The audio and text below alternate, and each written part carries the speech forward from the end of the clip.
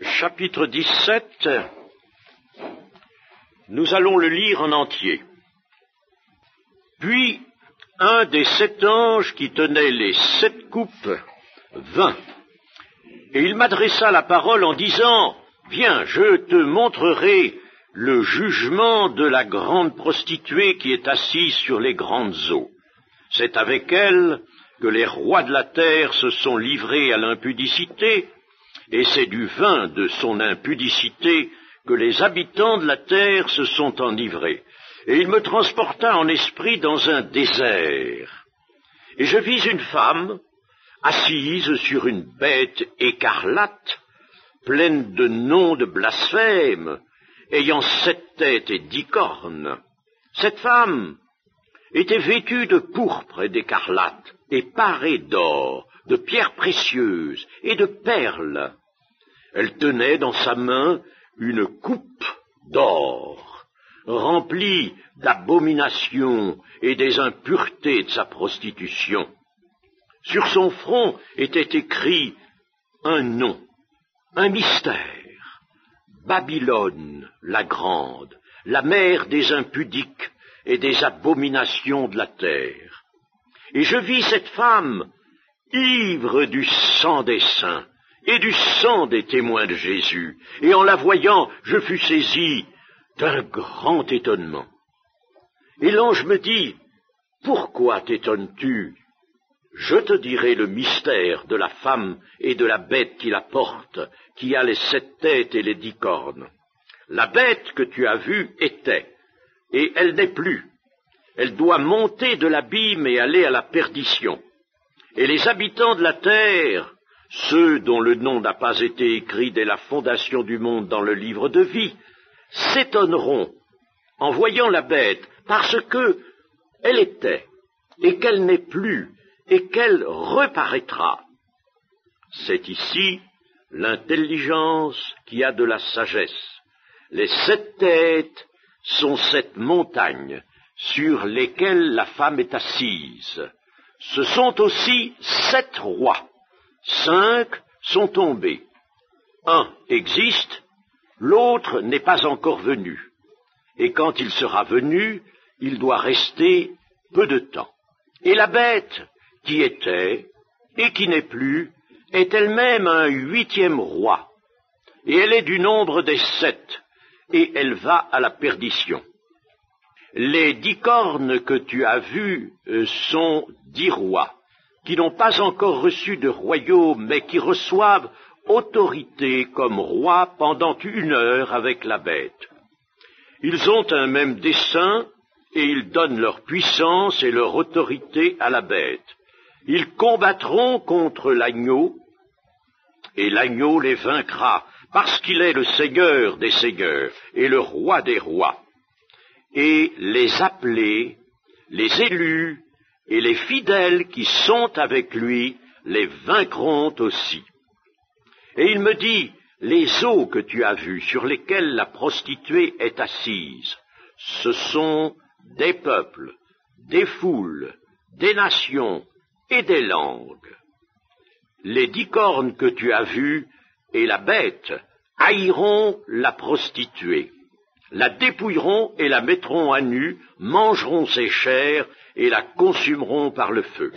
Car Dieu a mis dans leur cœur d'exécuter son dessein et d'exécuter un même dessein et de donner leur royauté à la bête, jusqu'à ce que les paroles de Dieu soient accomplies. Et la femme que tu as vue, c'est la grande ville qui a la royauté sur les rois de la terre. Amen. L'un des 7 anges, parmi ceux qui tenaient les 7 coupes, nous les avons vus, ces 7 anges qui avaient reçu 7 coupes de la colère de Dieu. L'un de ces 7 anges va montrer à Jean un objet de jugement tout à fait singulier. La grande prostituée. Et l'apôtre va pouvoir considérer cette femme et la décrire.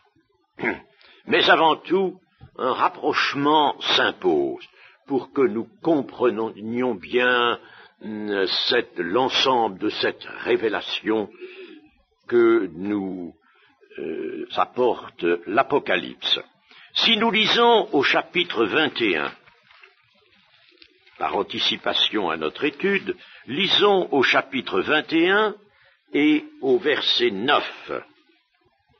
Puis un des 7 anges qui tenait les 7 coupes, remplis des 7 derniers fléaux, vint et il m'adressa la parole en disant, « Viens, je te montrerai l'épouse, la femme de l'agneau. » Et il me transporta en esprit sur une grande et haute montagne, et il me montra la ville sainte, Jérusalem, qui descendait du ciel d'auprès de Dieu, ayant la gloire de Dieu. Alors, c'est encore l'un des 7 anges qui tenait les 7 coupes de la colère de Dieu. On ne sait pas si c'est le même, celui du chapitre 17, n'est-ce pas, le même dont il est parlé ici au chapitre 21, mais peu importe, c'est l'un des 7 anges, l'un de ces 7 anges qui tenait les 7 coupes, se propose de montrer à Jean l'épouse, la femme de l'agneau, qui s'apparente également avec une ville. Et il me montra la ville sainte. Et il avait annoncé qu'il montrerait à Jean l'épouse, la femme de l'agneau. Et il me montra la ville sainte, Jérusalem. Donc l'épouse, la femme de l'agneau, s'apparente également avec une ville, la Jérusalem, qui descend du ciel. Sans aucun doute, Jean voit alors ici l'Église véritable. L'épouse, la femme de l'agneau, il voit l'Église véritable. Il voit cette Église sainte, éclatante de la gloire divine. Par contre, au chapitre 17 que nous étudions maintenant, la femme qui est si luxueusement parée et qui est appelée la grande prostituée, et également Babylone la grande, cette femme symbolise l'immense Église infidèle, apostate et corrompue de la fin des temps. 2 femmes, en total contraste, sont donc présentées à Jean successivement. L'Église mondaine et dénaturée face à l'Église pure et fidèle. Ces 2 femmes, en contraste. Chapitre 17 et chapitre 21. Alors ça, il faut que nous en ayons bien la représentation, n'est-ce pas? Nous voyons ainsi clairement que la femme, appelée la grande prostituée, Babylone la grande, n'est-ce pas, est bien la fausse Église, l'Église apostate de la fin des temps. L'Église véritable, elle aussi, est symbolisée par une femme, et l'Église véritable, elle aussi, est apparentée avec une ville. Voyez, la fausse Église, la prostituée, une femme, est apparentée avec la Babylone, tandis que la véritable Église, l'épouse de Christ, est apparentée avec une ville aussi, la Jérusalem d'en haut. Vous voyez, n'est-ce pas, le contraste, il faut bien se représenter cela. Alors, qu'apprenons-nous de la grande prostituée? Nous apprenons d'abord au verset 1 du chapitre 17 qu'elle est assise sur les grandes eaux. Et le verset 15 nous a dit que les grandes eaux sur lesquelles la prostituée est assise, ce sont des peuples, des foules, des nations, des langues. Ainsi, ce que nous apprenons d'abord, c'est que cette prostituée, étant son influence et son autorité de caractère spirituel sur une grande partie du monde. Qui sait si ce n'est pas le monde entier, hein? Lorsque la Bible nous dit en effet les peuples, les foules, les nations, les langues, cela nous représente la terre tout entière. Voilà donc cette prostituée qui est assise sur ces grandes eaux, sur ces peuples, ce qui signifie qu'elle domine d'une certaine manière, elle domine, elle étend son influence, elle est connue de tous ces peuples, de toutes ces nations. Voilà ce qu'est cette prostituée déjà, et nous avons dit que il y aurait à la fin des temps, nous avons même montré que ça se prépare maintenant, hein, une église de multitudes, de grandes multitudes, auprès de laquelle même la multitude des églises traditionnelles n'aura été encore que peu de choses. Là, ce sera vraiment l'église de la multitude, de la grande multitude. Le système, appelons-le ainsi, le système, pour ne pas toujours dire église, n'est-ce pas, le système représenté par cette femme, c'est ce que dit cet auteur de cette femme, de ce système représenté par la femme.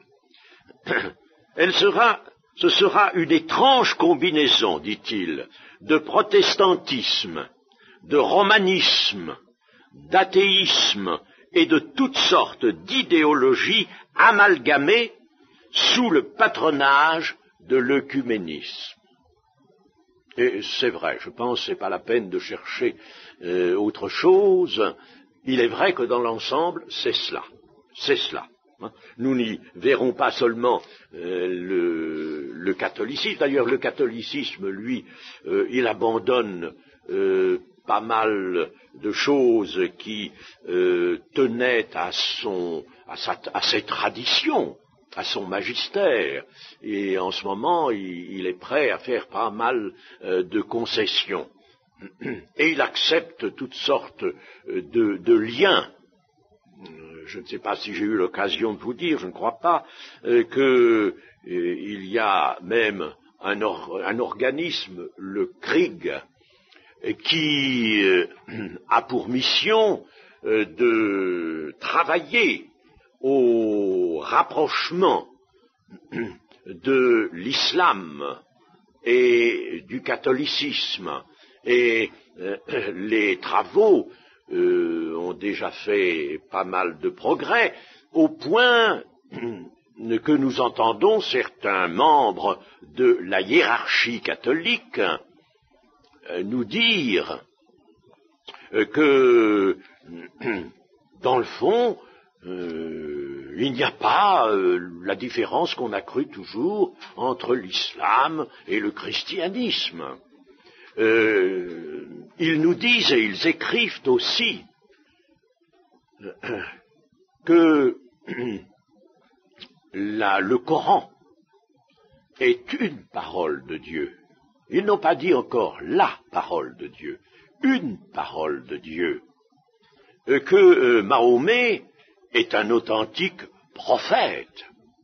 Et que dans sa position, dans ses paroles, il y a des choses bonnes.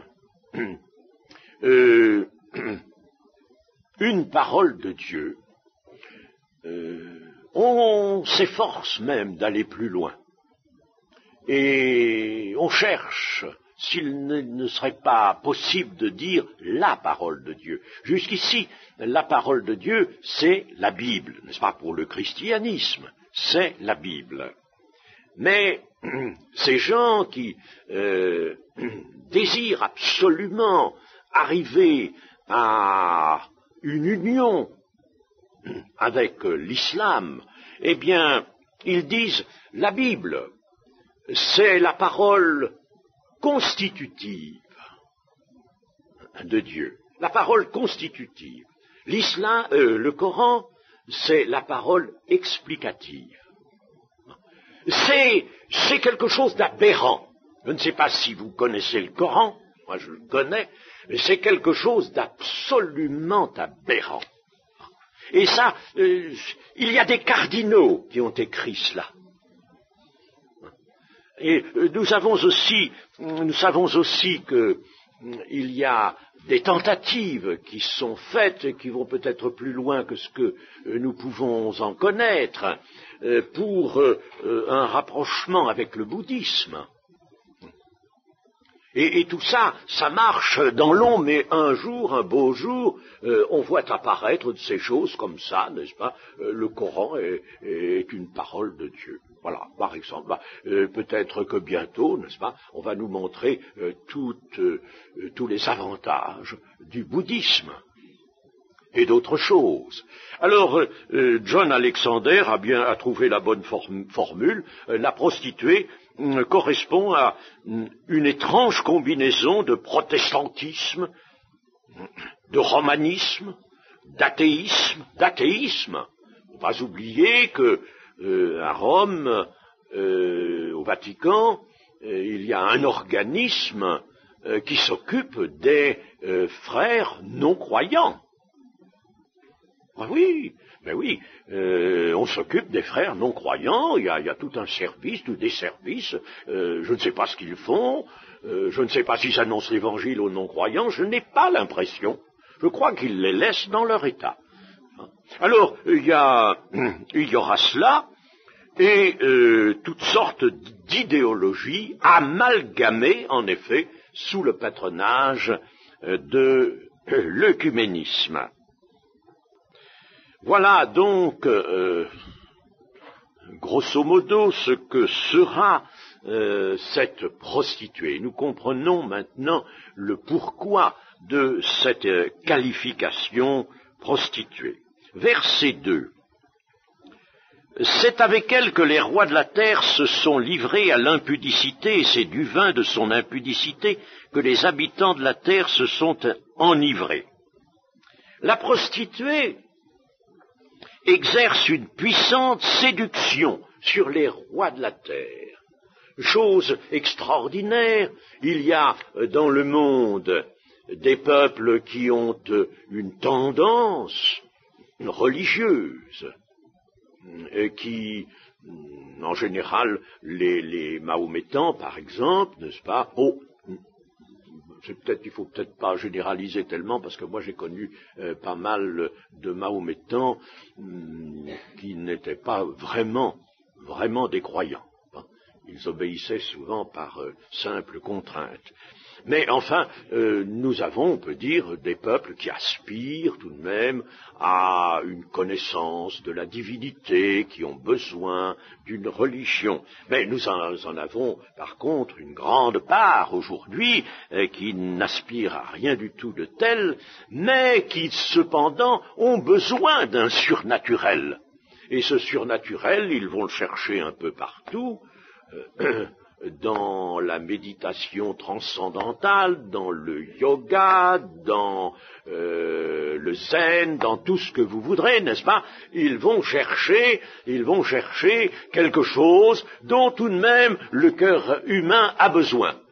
Ils repoussent Dieu, ils repoussent la religion parce que la religion comporte le plus souvent une morale, des commandements, cela les gêne, ils n'en veulent pas, mais par contre, ils ont besoin tout de même d'une mystique.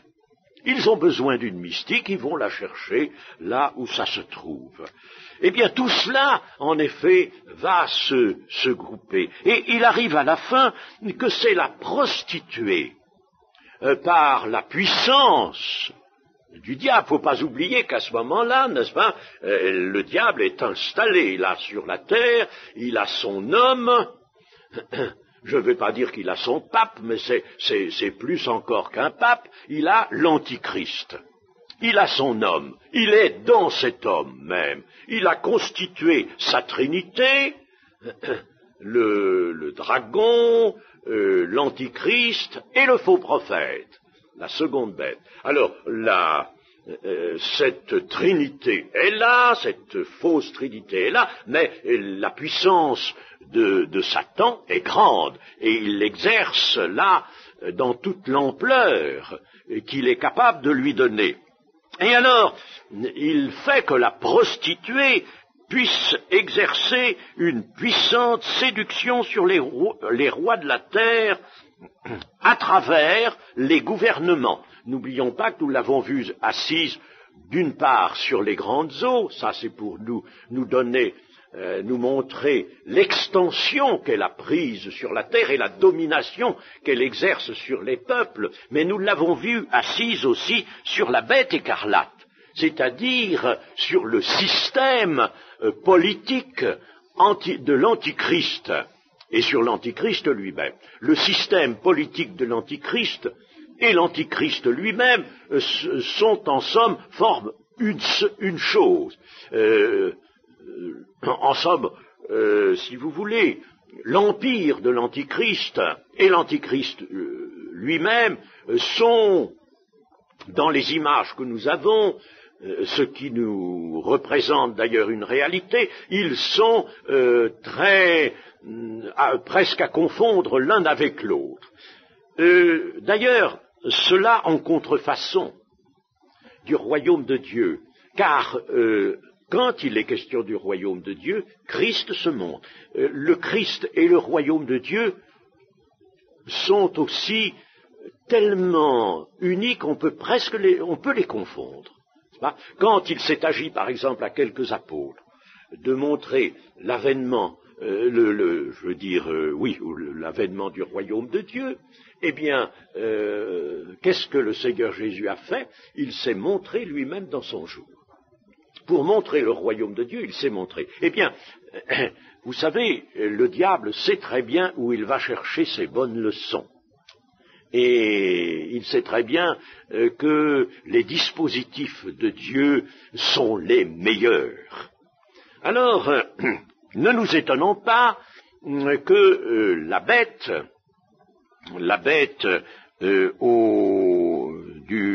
qui est rappelée au chapitre 17 et sur laquelle la prostituée est assise, eh bien, que cette bête représente à la fois le système, l'empire de l'Antichrist et l'Antichrist lui-même. Alors, elle exerce, cette prostituée, une puissante séduction sur les rois de la terre par le truchement même des gouvernements. Elle a pu entraîner des masses humaines dans l'infidélité à Dieu et dans l'idolâtrie. Elle les a servis. Le besoin religieux est là. Seulement, l'homme pécheur aime bien que son besoin religieux soit contenté par quelque chose d'apostat. C'est en raison de ce que l'homme est pécheur et que le péché en lui a développé toute sa puissance. Alors, la prostituée a donc amené des masses à l'infidélité et à l'idolâtrie, et elle les a mis comme en état d'ivresse. C'est une véritable ivresse qu'elle a répandue dans le monde à ce moment-là. De l'apostasie et de la défiguration des vérités, les vérités sont défigurées. De cette défiguration, de l'apostasie, elle a fait une source de contentement et d'euphorie dans ce monde. C'est ainsi qu'elle a abreuvé les hommes d'un vain d'étourdissement, faisant perdre tout jugement. Et chers amis, quand on médite là-dessus, qu'on voit cela, que la prostituée va faire ça, qu'elle est déjà en train de se former et d'exercer cette puissance maléfique, eh bien, chers amis, on est obligé de s'examiner. On est obligé d'examiner l'Église à laquelle nous appartenons. On est obligé d'examiner cela et de se dire, attention, n'y a-t-il pas pour nous aussi un même danger de séduction, un danger de même nature, de même ordre. Mais si il y ait ce danger, puisque le Seigneur Jésus nous a bien dit, j'aime le rappeler, je l'ai déjà rappelé, mais j'aime le redire, le Seigneur Jésus nous dit, si tu gardes la consigne de persévérance en moi, moi je te garderai de la séduction qui va s'étendre sur le monde entier. Et il s'agit déjà de cela, du prélude à l'apogée de cette prostituée. Elle n'est pas à son apogée maintenant, mais je vous dis, elle se prépare et elle commence à répandre son influence sur le monde.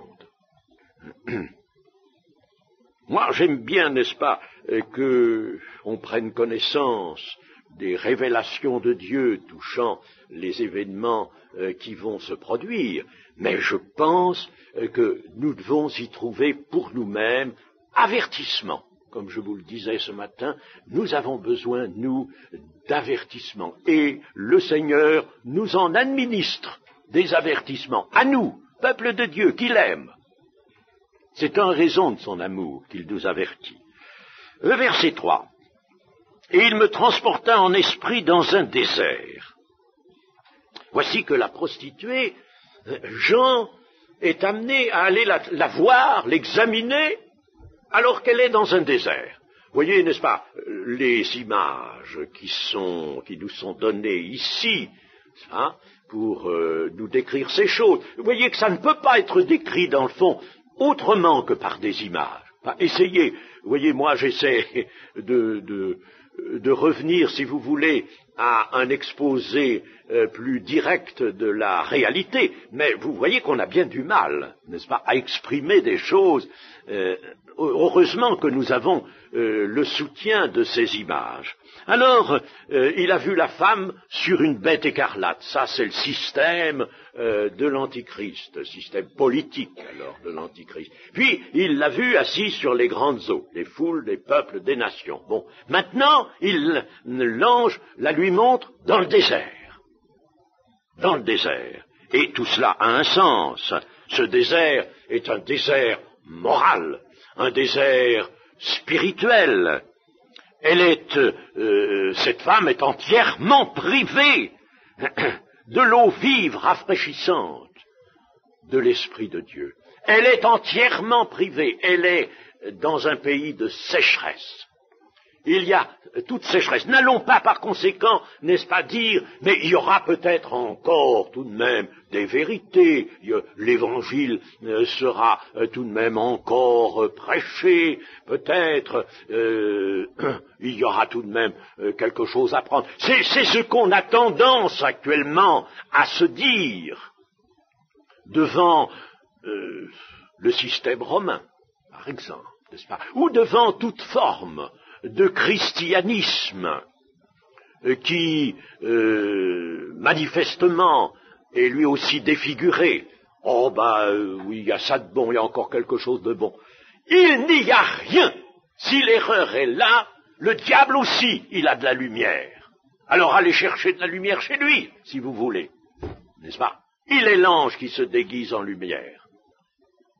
Mais là où il y a l'erreur, là où il y a l'apostasie, là où il y a des contre-vérités ou des vérités faussées, il n'y a pas de lumière, il n'y a pas d'esprit, il n'y a pas d'eau vive, c'est un désert.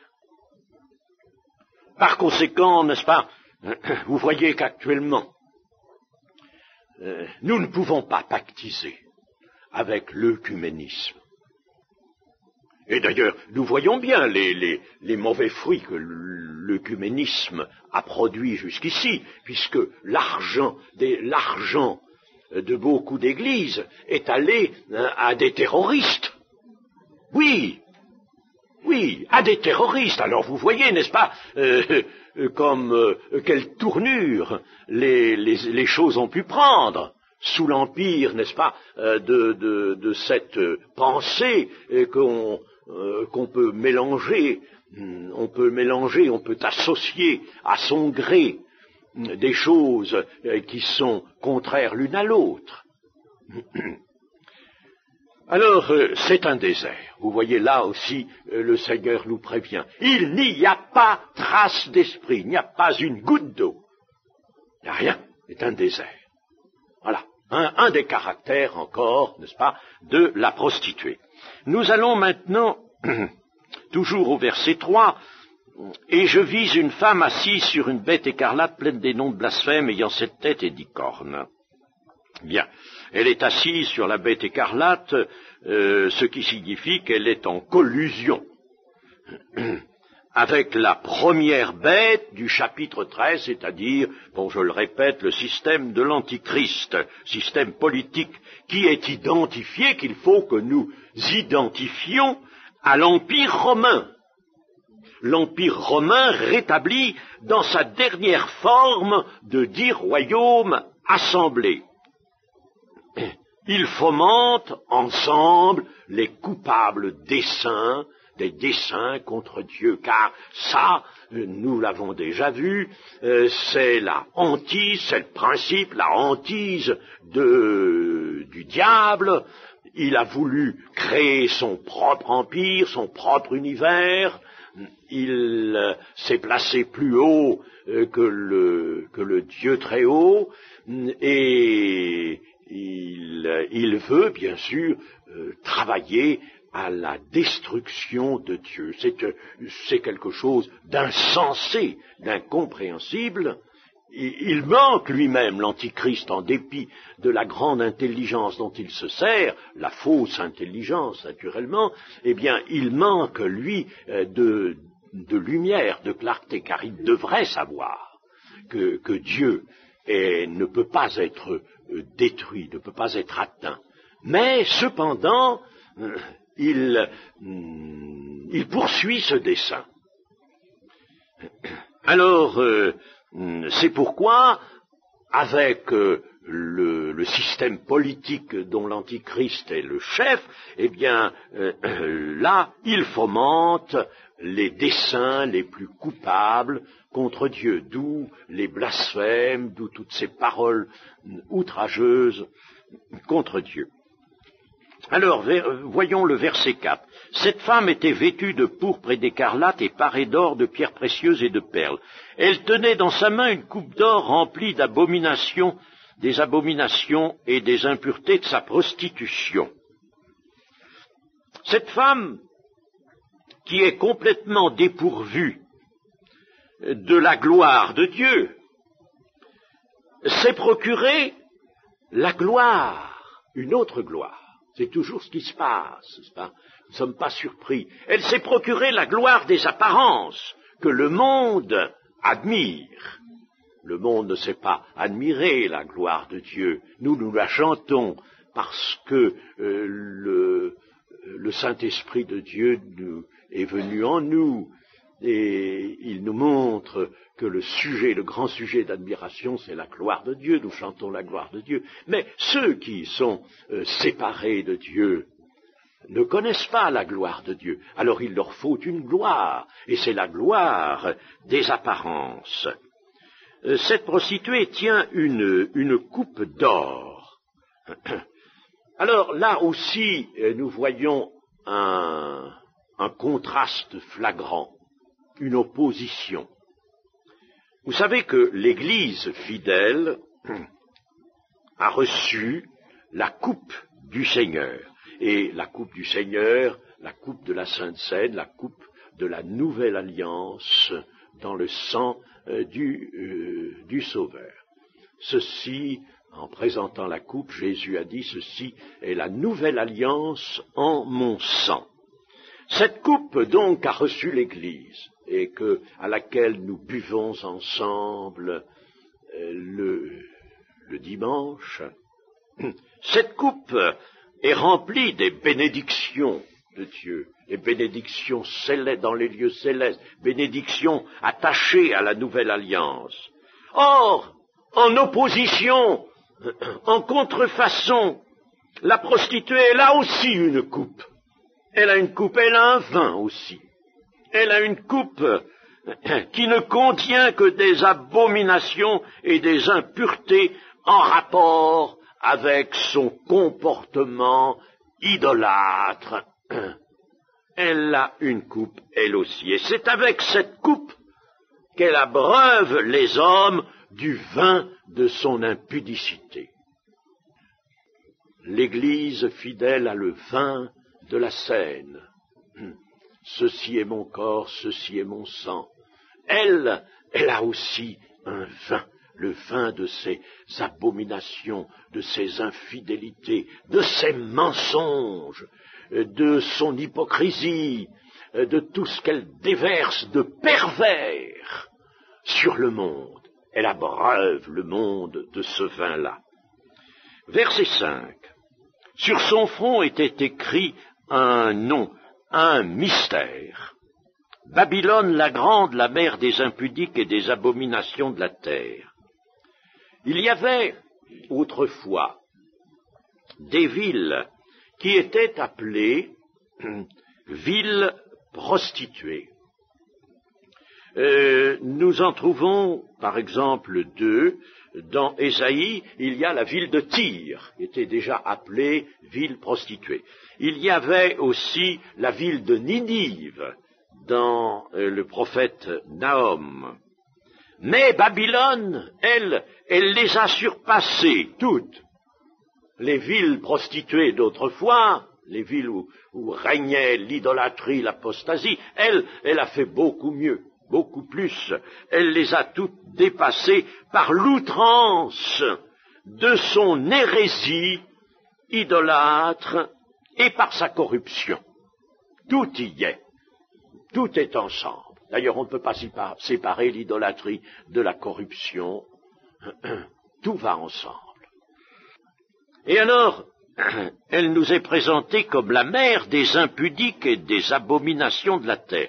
Pourquoi la mère des impudiques? Et parce que elle a beaucoup de filles. Elle a beaucoup de filles, des filles qu'elle amène sous le joug d'une intimité impie avec le monde et le diable, qui est le Dieu de ce siècle. En somme, on pourrait dire qu'elle aura ses établissements, cette prostituée, et ces établissements parsèmeront la terre entière. Elle aura, si vous voulez, si je puis m'exprimer ainsi, ses églises. Elle aura ses églises. Et les églises de multitudes que nous voyons déjà se former, avec à la clé de magnifiques scandales, même s'il n'y avait pas le scandale d'une inconduite, il y aurait le scandale de l'argent. Et déjà, c'est déjà suffisant.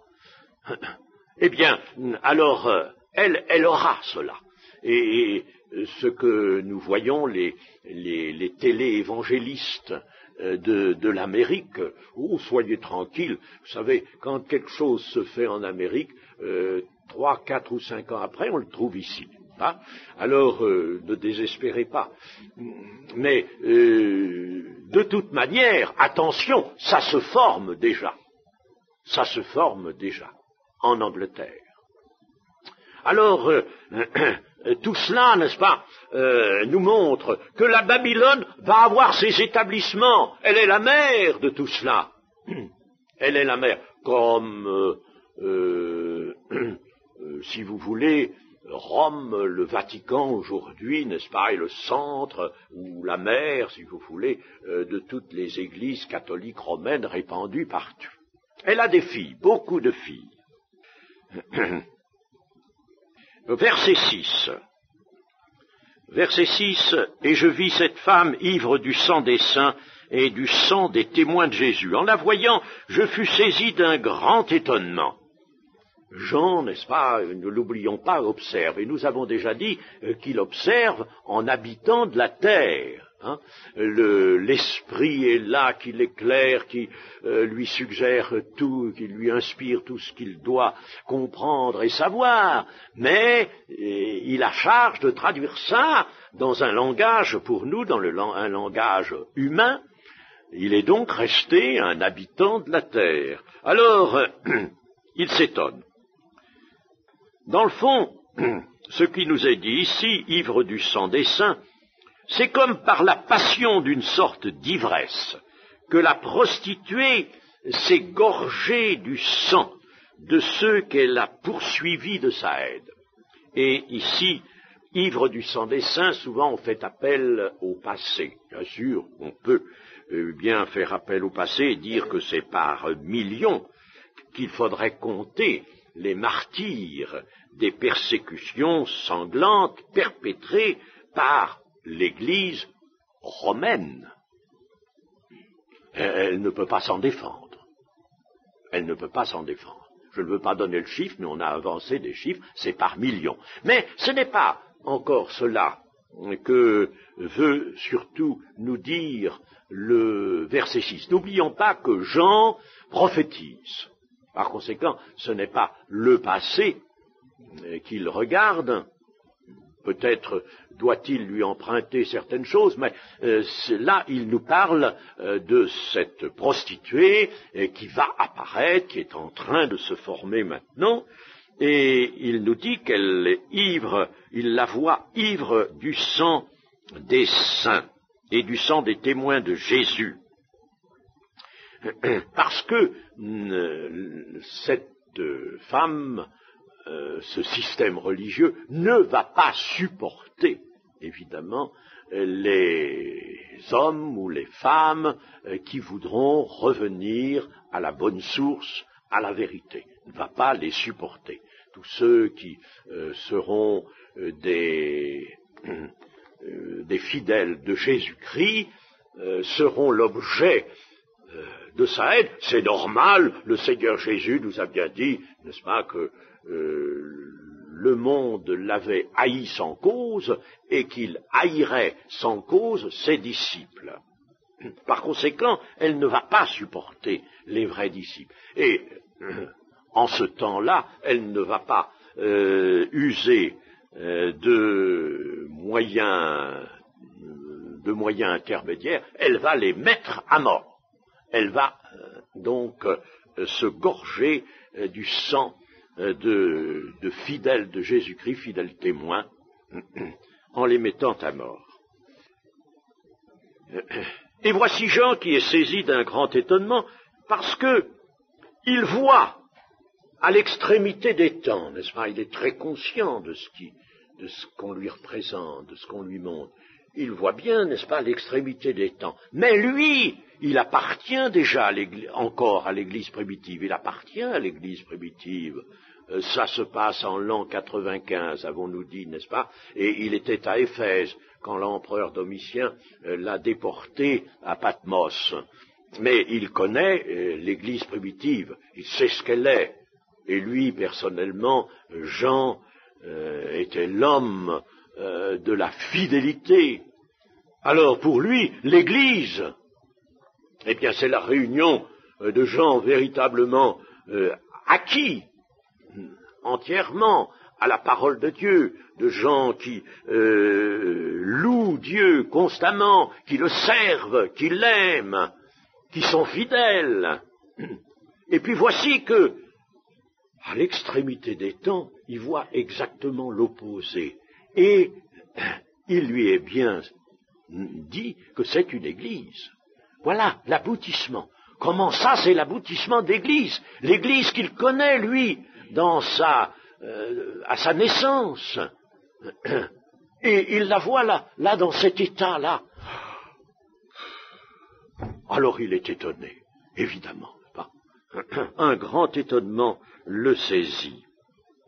De voir une monstrueuse église qui persécute les saints tout au long de sa route et qui a renversé la vérité et prôné le mensonge. nous arrivons au verset 7. Et l'ange me dit, pourquoi t'étonnes-tu? Je te dirai le mystère de la femme et de la bête qui la porte, qui a les 7 têtes et les 10 cornes. Attention, là nous allons entrer dans quelques difficultés. Le mystère de la femme et de la bête. Mystère, ça veut dire là, attention, il y a là une signification cachée dans les symboles, et les symboles sont là pour la révéler, mais il faudra, comme nous le voyons au verset 9, intelligence et sagesse. Dans l'intelligence et dans la sagesse, il y a de la prudence. Il y a aussi cette préservation à laquelle nous devons veiller pour nous-mêmes, des influences extérieures ou des choses déjà dites connues. Attention, il faut avoir une liberté d'esprit, une grande liberté d'esprit. Il faut vraiment être attaché à la parole de Dieu, n'attendre toute lumière que d'elle. Un mystère. Verset 8. La bête que tu as vue était, et elle n'est plus. Elle doit monter de l'abîme et aller à la perdition. Et les habitants de la terre, ceux dont le nom n'a pas été écrit dès la fondation du monde dans le livre de vie, s'étonneront en voyant la bête parce qu'elle était, qu'elle n'est plus et qu'elle reparaîtra. Quelque chose qui est assez compliqué. La bête que tu as vue, et cette bête, c'est, ne l'oublions pas, ce système qui est logé tout à fait à la fin des temps.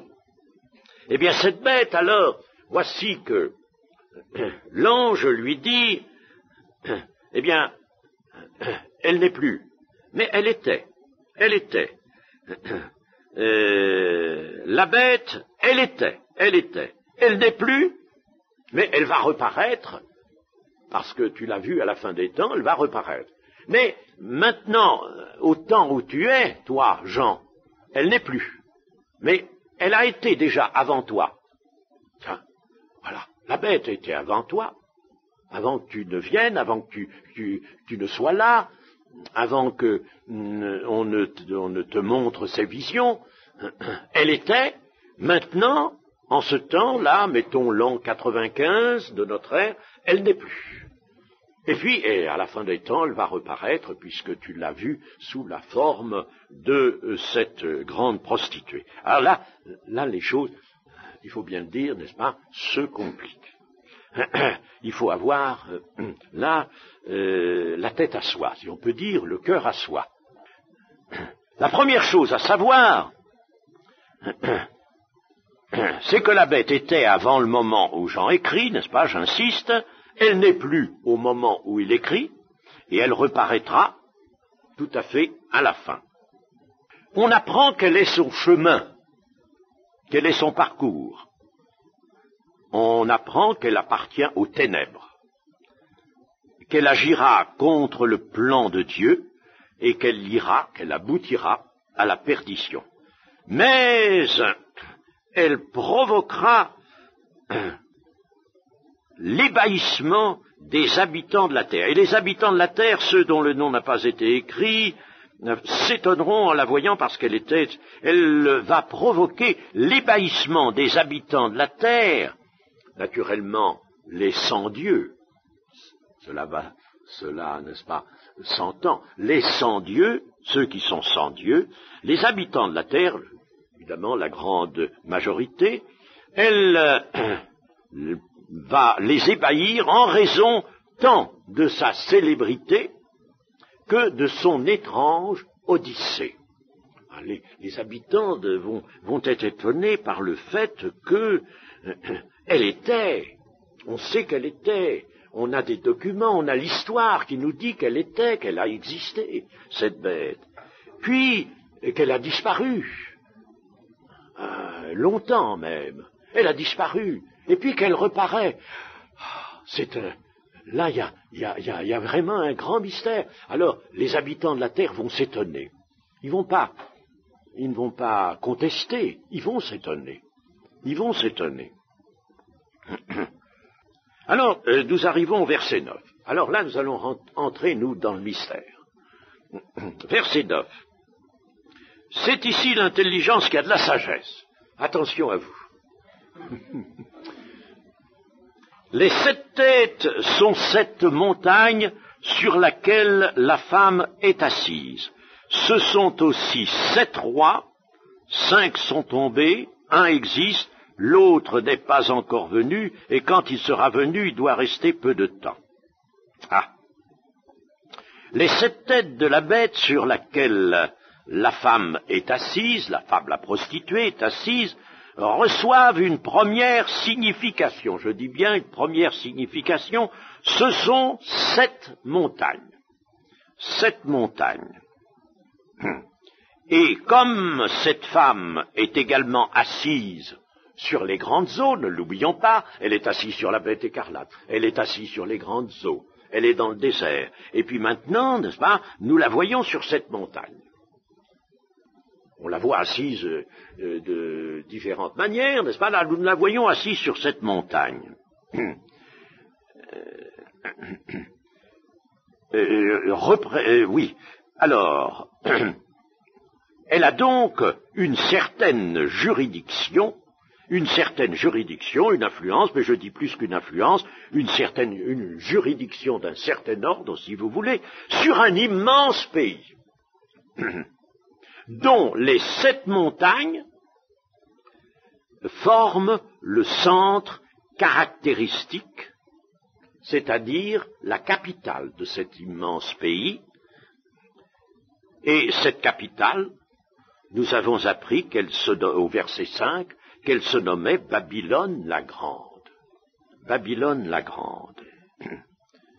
Mais, dirons-nous, Babylone la Grande, oui, nous avons entendu parler de Babylone, n'est-ce pas, par l'Ancien Testament.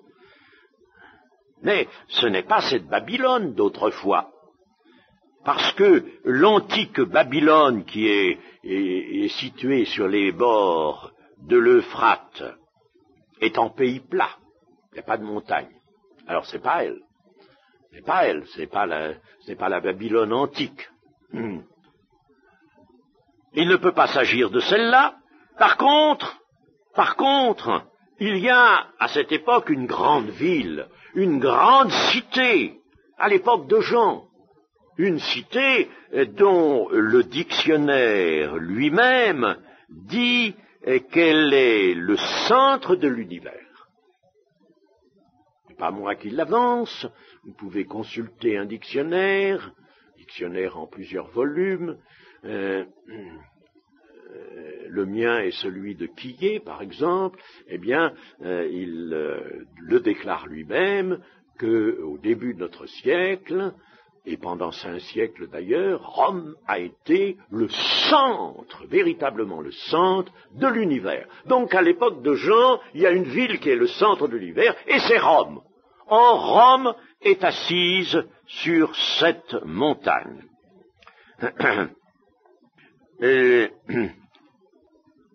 Sur cette mont. Horace, Virgile et Pline l'Ancien ont chacun parlé de Rome comme de la ville aux 7 montagnes. Et soyons précis, ces montagnes portent des noms. Nous avons le mont Palatin, le mont Aventin, le mont Célius, le mont Esquilin, le mont Viminal, le mont Quirinal et le mont Capitolin, ou Capitole. Voilà, les 7 montagnes de la Rome, de Rome. Actuellement, Rome s'est étendue et elle a gagné 3 autres montagnes qui sont les monts Janicule, Pincio et Vatican. Alors, de 7, elle est portée à 10. Ce n'est pas non plus en dehors de nos symboles ici. Bon, alors, les 7 montagnes sur lesquelles la prostituée est assise, c'est bien Rome. Elle est assise sur 7 montagnes, mais cette montagne, ça ne peut pas être toutes les montagnes qu'on peut trouver dans l'empire d'Antichrist. Cette montagne rassemblée, tout ce qui nous parle de ces 7 montagnes nous montre bien que ce sont 7 montagnes groupées sur lesquelles une ville est installée, c'est la ville de Rome, et la ville de Rome est donc la capitale de l'Antichrist d'une part, mais la capitale aussi du système religieux qui est figuré par la prostituée, Babylone la Grande. Babylone la Grande, c'est donc Rome d'une façon absolument incontestable. C'est tellement incontestable que dans le passé même, il s'est trouvé des ordres religieux qui ont fait dire au Vatican, mais vous savez, vous nous dites que Rome, parce que même dans les premiers âges du christianisme, on avait très bien compris que les 7 montagnes désignaient Rome. Je vous dis, Rome était le centre de l'univers. Bon. Et alors, on avait dit, le catholicisme avait dit, eh bien, c'est la Rome des Césars. La Rome des Césars. Ce n'était pas la Rome papale.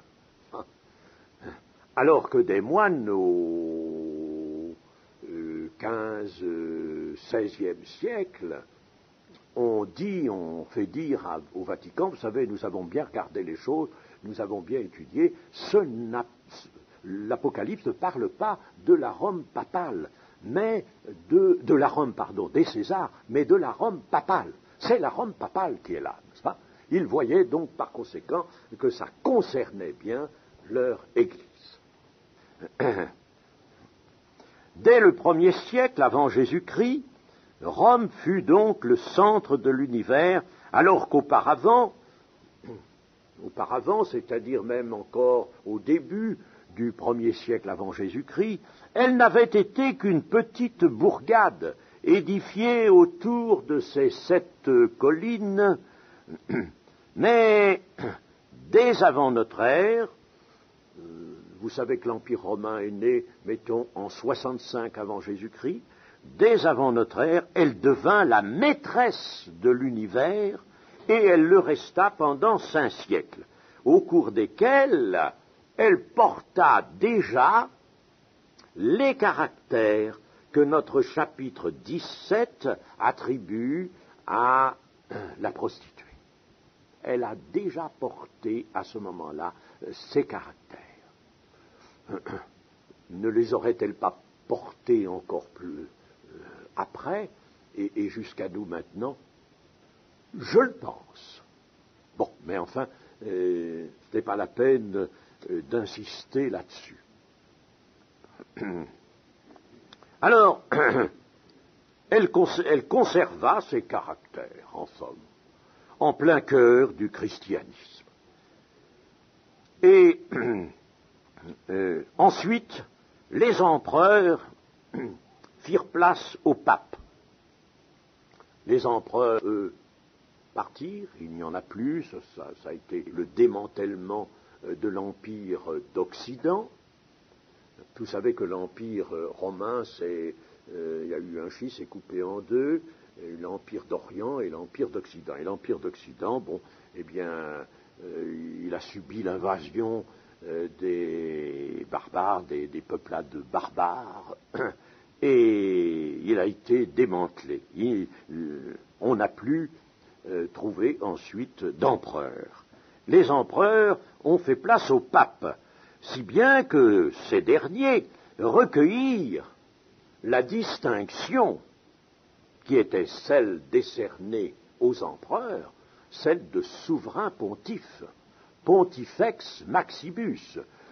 Moi, je ne sais pas si on le dit toujours, mais moi quand j'étais jeune, n'est-ce pas, qu'on me parlait de Rome et tout ça, on me disait le pape c'est le souverain pontife, pontifex maximus, et c'était le titre que portait l'empereur romain. Et l'empereur romain, lui, il ne l'avait pas inventé, il l'avait acheté à prix d'or à Babylone précisément. Le titre vient directement de Babylone, en passant par les empereurs romains, et il échoue sur la tête du pape. Vous allez me dire, mais il faut surtout pas, n'est-ce pas, parler contre l'Église catholique. Je ne parle pas contre elle, je parle de la vérité, la concernant. C'est différent. Tout, d'ailleurs, par la suite, prit le caractère babylonien au cœur de cette centralisation romaine du christianisme. Vous savez qu'en 431 de notre ère, le pape prétendit ouvertement à la possession des clés de Saint-Pierre. Vous avez vu une représentation, n'est-ce pas, de Saint-Pierre avec les deux clés qui se croisent un peu, n'est-ce pas? Et puis alors le pape, il a ça aussi dans ses armes. Il a les deux clés de Saint-Pierre. J'y peux rien, moi, c'est pas une critique, c'est un fait. Hein. Il a cela dans ses armes. Or, les clés qu'il porte dans ses armes sont celles qui étaient les symboles, des symboles connus à Rome, du temps des empereurs, des symboles de deux divinités païennes. Et ces deux divinités païennes étaient Janus et Cybèle. Alors le pauvre apôtre Pierre, représenté ainsi, n'est-ce pas, a hérité des clés de Janus et de Cybèle que porte le pape dans ses armes. Porter les clés de ces deux divinités, c'était pouvoir dévoiler leurs desseins secrets. Et ce furent les clés de Janus et de Cybèle que la population païenne, christianisée, vous savez, que l'empereur Constantin, n'est-ce pas, décrète que, en 313, exactement, il décrète que le christianisme, maintenant, est libre. Avant, il était persécuté, mais il est libre. Hein. Et puis alors, à partir de ce moment-là, le christianisme va même devenir la religion de l'Empire romain. Alors, il y a là toute une population païenne qui ne s'est pas convertie. Il y a des gens qui se sont convertis, des Romains, je pense, des Latins qui se sont convertis au christianisme, mais la masse ne s'est pas convertie, n'est-ce pas? Et elle est restée païenne seulement. Elle est entrée dans un christianisme. C'était la nouvelle religion. Bon, ils ont accepté cette nouvelle religion. Mais ils aimaient bien garder tout de même certains signes, certaines habitudes, certaines superstitions, disons, qu'ils avaient auparavant. Et notamment les clés de Janus et de Cybèle. Ils tenaient à ces clés-là parce que c'était les clés qui signifiaient qu'on pouvait fort bien dévoiler les secrets de la divinité. Alors, ma foi, on s'est dit, puisque Saint-Pierre, il a été dit à Saint-Pierre qu'il aurait des clés aussi. Bon, alors, c'est très simple, n'est-ce pas? On va donner deux clés à Saint-Pierre, et puis alors le peuple païen, christianisé, voyait retrouver ses clés à Saint-Pierre, il était content, tout à fait satisfait. Pour lui, c'était encore les clés de Janus et de Cybèle. Chers amis, voilà la provenance des choses. Voilà la provenance. Et cela, vous savez, je peux vous montrer les sources d'où je tire ces renseignements. Ce sont des sources absolument sûres, il y a eu des études qui sont faites là-dessus. Seulement aujourd'hui, on n'ose pas dire ça, on est dans un temps d'œcuménisme, ça. Faut pas. Mais ce n'est pas des critiques, c'est la vérité. Alors, à ces premiers aperçus, je vous ai donné déjà quelques aperçus, il y en a bien d'autres, vous savez. À ces premiers aperçus, l'on peut comprendre comment la femme prostituée du chapitre 17 a rempli sa coupe des abominations et des impuretés de sa prostitution. Elle est allée les chercher loin, vous savez. C'est tout au long du christianisme de tradition qu'elle a pu trouver toutes ces abominations qui vont remplir sa coupe, et à la fin des temps, alors là ça déborde, ces abominations et ces impuretés sont encore plus éclatantes. C'est une infidélité outrancière. Voyons le verset 10. Alors, les 7 têtes, avons-nous lu à la fin du verset 9, les 7 têtes sont 7 montagnes sur lesquelles la femme est assise. Ce sont aussi 7 rois. Donc, les 7 têtes figurent tant 7 montagnes que 7 rois. 5 sont tombés, un existe, l'autre n'est pas encore venu, et quand il sera venu, il doit rester peu de temps. Voilà. Le mystère s'épaissit. Les 7 têtes de la bête ont une seconde signification, en rapport avec la première d'ailleurs. Elles représentent maintenant 7 rois, dont 5 sont tombés, au moment où j'en parle. Où l'apôtre Jean en parle, n'est-ce pas? Elle représente donc 7 rois dont 5 sont tombés, dont un autre, le 6e, existe au moment où Jean écrit l'Apocalypse.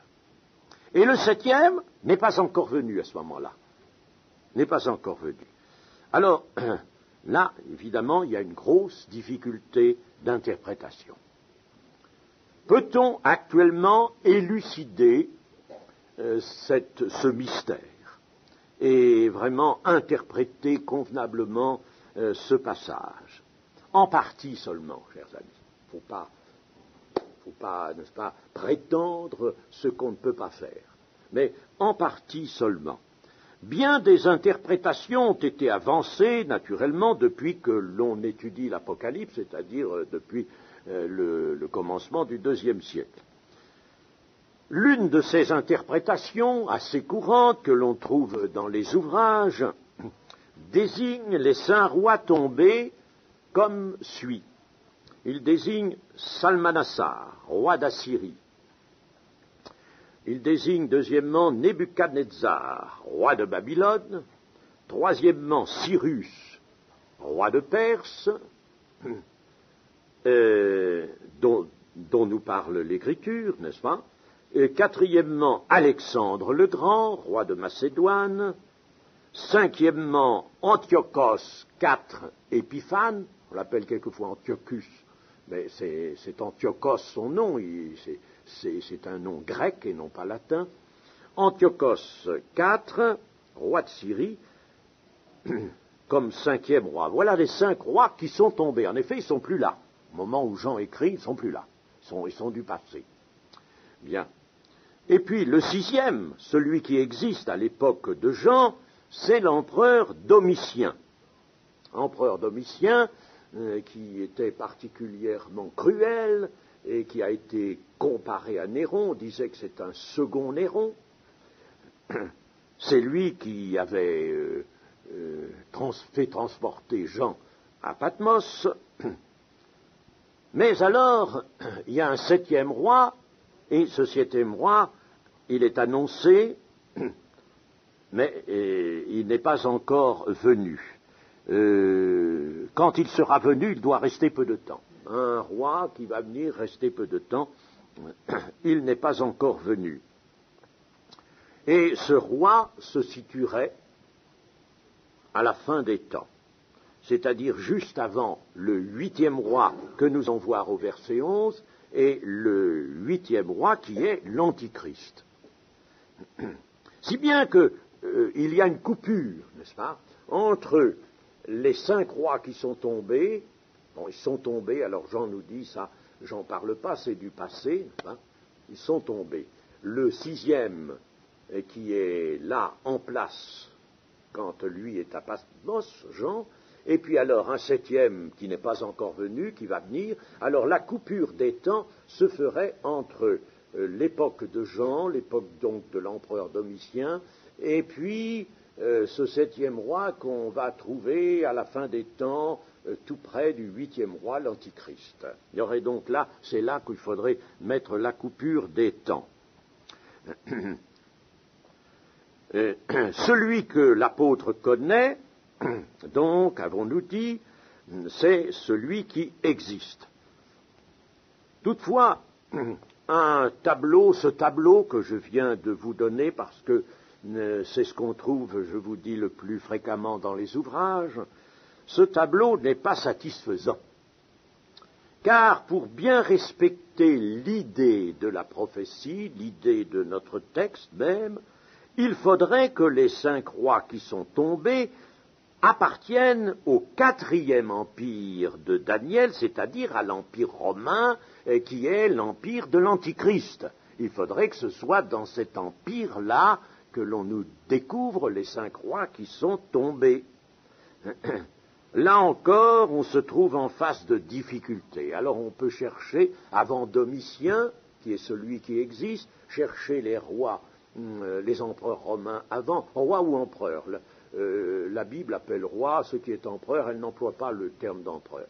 Bon, alors, il faudrait les chercher, ces 5, parmi ceux qui ont été les prédécesseurs de Domitien, celui qui existe. Seulement, vous savez, là, il y a encore des difficultés, parce que depuis la fondation en 65 avant Jésus-Christ de l'Empire romain, jusque même un peu après Jean, c'est-à-dire jusque, mettons, l'an 130, 135, n'est-ce pas, on peut décompter là une gamme de 15 empereurs, de 15 empereurs. Seulement, dans ces 15 empereurs, il y en a 6 qui furent assassinés, 2 qui furent empoisonnés, 3 qui se suicidèrent. Et c'était pas très stable comme situation, ça, n'est-ce pas? Vous voyez, 6 qui furent assassinés, 2 empoisonnés, ça fait 8 qu'on a liquidés, n'est-ce pas? Sur les 15, n'est-ce pas? Et alors, vous avez des rois qui sont restés quelques mois, des empereurs sont restés quelques mois. Hein. On ne sait pas si on doit s'intéresser à cela. Vous voyez, c'est difficile de faire un choix parmi ces 15 empereurs. Enfin, ça ne fait pas tout à fait 15 au moment de Jean. Mais si l'on retient que celui qui a déporté Jean à Patmos est bien l'empereur Domitien, tout le monde n'est pas de cet avis. Il y en a qui situent l'Apocalypse plus tôt. C'est une erreur, mais enfin, laissons les erreurs, l'erreur est humaine. C'est bien en 95. Heureusement, il y a certains commentateurs qui sont d'accord là-dessus.